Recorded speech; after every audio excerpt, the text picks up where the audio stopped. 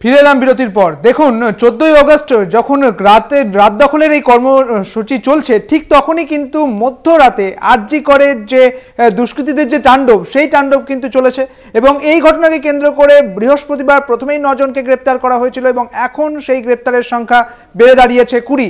আপনাদের জানিয়ে রাখি, আরজি কর কাণ্ডের যে ভাঙচুরের ঘটনা, দুষ্কৃতীদের তাণ্ডবের ঘটনা, তার এই ঘটনাকে কেন্দ্র করে 20 জনকে এখনো পর্যন্ত গ্রেপ্তার করা হয়েছে। বুধবার মধ্যরাতে এই তাণ্ডবের ঘটনাকে কেন্দ্র করে এখনো পর্যন্ত 20 জনকে গ্রেপ্তার করা হয়েছে। অর্থাৎ প্রথমে 9 জনকে গ্রেপ্তার করা হলেও সেই গ্রেপ্তারের সংখ্যা বেড়ে দাঁড়ালো 20 জন। বুধবার মাঝরাতে আরজি করের তাণ্ডব এবং এই তাণ্ডবের ফলে জরুরি বিভাগে একেবারে ভাঙচুর চালানো হয়েছিল, বিভিন্ন ওষুধ কিন্তু একেবারে নষ্ট হয়ে গিয়েছে, এই ছবি উঠে এসেছিল। পাশাপাশি এই ঘটনাকে কেন্দ্র করে এখনো পর্যন্ত গ্রেপ্তারের সংখ্যা 20। বুধবার যখন রাত দখলের কর্মসূচি চলছে, ঠিক তখনই কিন্তু মধ্যরাতে এই ভাঙচুর আরজি করে।